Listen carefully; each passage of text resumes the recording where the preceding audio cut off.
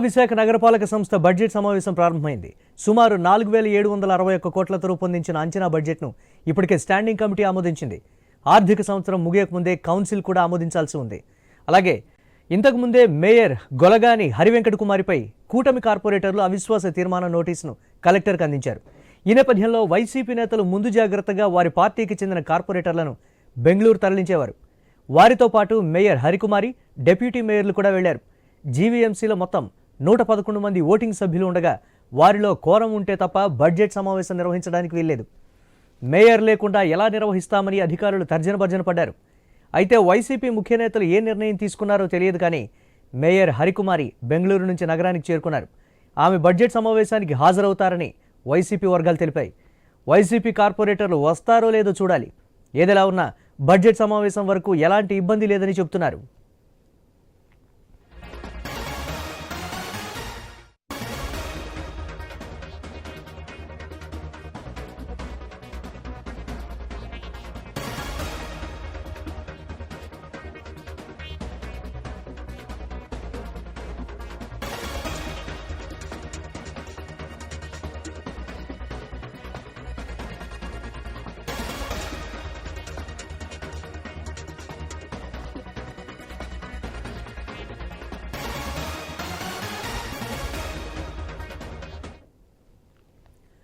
మహావిశాఖ నగరపాలక సంస్థ బడ్జెట్ సమావేశం ప్రారంభమైంది. సుమారు 4761 కోట్లతో రూపొందించిన అంచనా బడ్జెట్ను ఇప్పటికే స్టాండింగ్ కమిటీ ఆమోదించింది. ఆర్థిక సంవత్సరం ముగియకముందే కౌన్సిల్ కూడా ఆమోదించాల్సి ఉంది. అయితే ఇంతకుముందే మేయర్ గొలగాని హరివెంకట కుమారిపై కూటమి కార్పొరేటర్లు అవిశ్వాస తీర్మానం నోటీసును కలెక్టర్కు అందించారు. ఈ నేపథ్యంలో వైసీపీ నేతలు ముందు జాగ్రత్తగా వారి పార్టీకి చెందిన కార్పొరేటర్లను బెంగళూరు తరలించేవారు. అయితే వారితో పాటు మేయర్ హరికుమారి, డిప్యూటీ మేయర్లు కూడా వెళ్లారు. జీవీఎంసీలో మొత్తం 111 మంది ఓటింగ్ సభ్యులుండగా వారిలో కోరం ఉంటే తప్ప బడ్జెట్ సమావేశం నిర్వహించడానికి వీల్లేదు. మేయర్ లేకుండా ఎలా నిర్వహిస్తామని అధికారులు తర్జనభర్జన పడ్డారు. అయితే వైసీపీ ముఖ్య నేతలు ఏం నిర్ణయం తీసుకున్నారో తెలియదు కానీ మేయర్ హరికుమారి బెంగళూరు నుంచి నగరానికి చేరుకున్నారు. ఆమె బడ్జెట్ సమావేశానికి హాజరవుతారని వైసీపీ వర్గాలు తెలిపాయి. వైసీపీ కార్పొరేటర్లు వస్తారో లేదో చూడాలి. ఏదిలా ఉన్నా బడ్జెట్ సమావేశం వరకు ఎలాంటి ఇబ్బంది లేదని చెప్తున్నారు.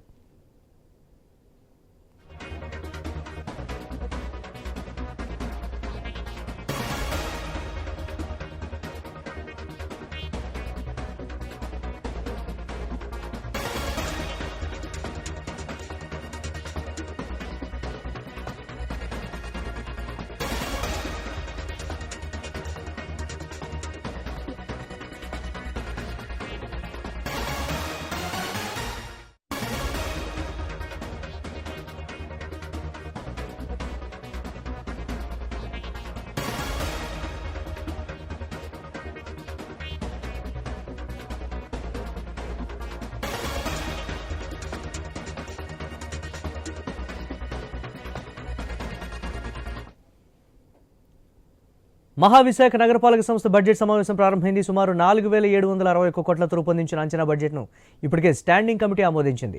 ఆర్థిక సంవత్సరం ముగియకముందే కౌన్సిల్ కూడా ఆమోదించాల్సి ఉంది. అయితే ఇంతకుముందే మేయర్ గొలగాని హరివెంకట కుమారిపై కూటమి కార్పొరేటర్లు అవిశ్వాస తీర్మాన నోటీసును కలెక్టర్కి అందించారు. ఈ నేపథ్యంలో వైసీపీ నేతలు ముందు జాగ్రత్తగా వారి పార్టీకి చెందిన కార్పొరేటర్లను బెంగళూరు తరలించేశారు.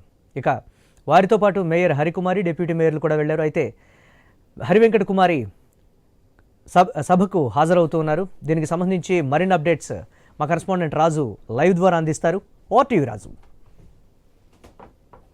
మురళి, ఏదైతే Visakhapatnam greater Visakha municipal corporation లో గత కొద్ది రోజులుగా జరుగుతున్నటువంటి రాజకీయ పరిణామాల నేపథ్యంలో ఈ రోజు తప్పనిసరి పరిస్థితుల్లో బడ్జెట్ సమావేశాన్ని కూడా నిర్వహిస్తున్న పరిస్థితి. కొద్దిసేపటి క్రితమే సమావేశం కూడా ప్రారంభమైంది. సమావేశం జరుగుతుందా లేదా అనేటువంటి ఉత్కంఠ నుంచి ఇప్పుడు సజావుగా సాగేందుకైతే కూటమి నేతలు సహకరిస్తున్న పరిస్థితి కనిపిస్తుంది. దాదాపు 4600 కోట్ల అంచనాలతో ప్రవేశపెట్టబోతున్నటువంటి బడ్జెట్ కి సంబంధించి ముందైతే చర్చ సాగుతుంది. ఈ నేపథ్యంలో వైఎస్ఆర్ కాంగ్రెస్ పార్టీకి చెందినటువంటి కార్పొరేటర్లు అయితే గైర్హాజరయ్యారు. ఎందుకంటే ఇప్పటికే మేయర్ మీద అవిశ్వాస తీర్మానం నోటీస్ ఇవ్వడంతో ఇప్పటికే వైఎస్ఆర్ కాంగ్రెస్ పార్టీకి చెందినటువంటి 34 మంది కార్పొరేటర్లు మేయర్ సహా కూడా ప్రత్యేక శిబిరంలో ఉండడం జరిగింది. దీంతో బెంగళూరులో ఉన్నట్టుగా తెలుస్తుంది. వాళ్ళు అయితే ఈ రోజు సమావేశానికి హాజరు కాలేదు. ఒక మేయరు, 2 డిప్యూటీ మేయర్లు తప్ప మిగతా ఎవరు కూడా వైఎస్ఆర్ కాంగ్రెస్ పార్టీ నుంచి అయితే ఈ రోజు సమావేశానికి రావడం జరగలేదు. కాబట్టి పూర్తిగా కూటమి నాయకులు అంటే జనసేన, బీజేపీ, టీడీపీతో పాటు వామపక్ష పార్టీలకు చెందినటువంటి కార్పొరేటర్లు అయితే హాజరవడం జరిగింది. ముఖ్యంగా ఈ రోజు సమావేశానికి 34 మంది క్వారం ఉంటే సమావేశం నిర్వహించుకోవచ్చు. ఆ క్వారం ప్రకారం అయితే సమావేశం కొద్దిసేపటి క్రితమే ప్రారంభమైంది. ఆ బడ్జెట్ కు ముందుగా కొంత గందరగోళం అయితే నెలకొని ఉందని చెప్పుకోవచ్చు. ఎందుకంటే గత నెలలో నిర్వహించాల్సినటువంటి బడ్జెట్ సమావేశం ఏదైతే ఉందో ఇప్పటివరకు నిర్వహించుకోలేకపోయారంటూ కూటమి నేతలు అయితే మేయర్ మీద విరుచుకుపడడం జరిగింది. ఈ నేపథ్యంలో ఆలస్యమైన కారణంగా మేయర్ రాజీనామా చేయాలంటూ ఒక ప్రతిపాదన కూడా తీసుకురావడం జరిగింది. దీనికి మిగతా సభ్యులందరూ కూడా మద్దతు తెలపడంతో గందరగోళ పరిస్థితి కూడా కొద్దిసేపటి క్రితం జరిగింది. అయితే ముఖ్యంగా ఈ రోజు సమావేశం కేవలం బడ్జెట్ సమావేశం కావడంతో బడ్జెట్ ఆమోదించాల్సిన తప్పనిసరి పరిస్థితులు ఉన్న నేపథ్యంలోనే ఒకవైపు మేయర్ మీద విమర్శలు చేస్తూనే మరోవైపు అయితే బడ్జెట్ సమావేశానికి కూటమి నాయకులు సహకరిస్తున్న పరిస్థితి కనిపిస్తుంది. ఇక అవిశ్వాస తీర్మానం విషయం వస్తే ఇప్పటి వరకు నోటీస్ ఇవ్వడం అయితే జరిగింది. దీనికి అవిశ్వాస తీర్మానం ఎప్పుడు పెడతారనేది ఇంకా స్పష్టత రాకపోవడంతో ప్రస్తుతం ఈ రోజు జరుగుతున్నటువంటి బడ్జెట్ సమావేశంలో బడ్జెట్ అంచనాలు ఏవైతే ఉన్నాయో వాటిని ఆమోదించే అవకాశాలు ఎక్కువగా కనిపిస్తున్నాయి. ఎందుకంటే కూటమి నేతలు ఇప్పటి నుంచి కూడా ఒక ప్రణాళికతో వెళ్తున్నారు. ఈ బడ్జెట్ గాని అడ్డుకుంటే కూటమి కార్పొరేటర్ల మీద తీవ్రమైనటువంటి విమర్శలు వచ్చే అవకాశాలు ఉన్న నేపథ్యంలో బడ్జెట్ కి సహకరిస్తున్న పరిస్థితి అయితే కనిపిస్తుంది. ఇందులో దాదాపు 8,000 మంది కాంట్రాక్ట్ కార్మికుల జీతాలకు సంబంధించినటువంటి ప్రతిపాదనలు కూడా ఈ బడ్జెట్ లో ఉన్నాయి. ఈ రోజు బడ్జెట్ గాని జరగకపోతే రేపటి నుంచి వాళ్ళకి జీతాలు వచ్చే పరిస్థితి లేదు, అభివృద్ధి కుంటుపడిపోతుంది. కాబట్టి బడ్జెట్ కి సహకరిస్తూ కూడా బీజేపీ, జనసేన, టీడీపీ కార్పొరేటర్లు అయితే ముందుకు వెళ్తున్న నేపథ్యంలో కొద్దిసేపటి క్రితం సమావేశం జరుగుతుంది.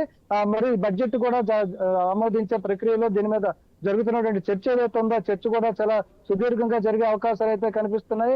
ఇక అవిశ్వాస తీర్మానానికి విషయానికి వస్తే అవిశ్వాస తీర్మానానికి సరైనటువంటి బలం కూటమి నేతలకి ఉంది. కాబట్టి ఖచ్చితంగా అవిశ్వాస తీర్మానం నెగ్గుతామని చెప్పి కూటమి నేతలు ఆత్మవిశ్వాసం వ్యక్తం చేస్తుంటే మరోవైపు శిబిరంలో ఉన్నటువంటి వైఎస్ఆర్ కాంగ్రెస్ పార్టీ ఈ రోజు అయితే గైర్హాజరైంది. కేవలం 2 డిప్యూటీ మేయర్లు, ఒక మేయర్ సహా అటు డైరెక్ట్ గా బెంగళూరు నుంచి శిబిరం నుంచి డైరెక్ట్ గా కార్పొరేషన్ ఆఫీస్ కే రావడం అనేది ఒక విశేషంగా చెప్పుకోవచ్చు. అసలు మొత్తానికి వైఎస్ఆర్ కాంగ్రెస్ పార్టీ నుంచి మేయర్ సహా ఎవరు హాజరు కారు అని ప్రచారం జరిగినప్పటికీ కూడా పార్టీ అధిష్టానం ఎలాంటి నిర్ణయం తీసుకుందో తెలియదు. దానికి అనుగుణంగా ఈ రోజు అయితే సడన్ గా మేయర్ రావడం జరిగింది.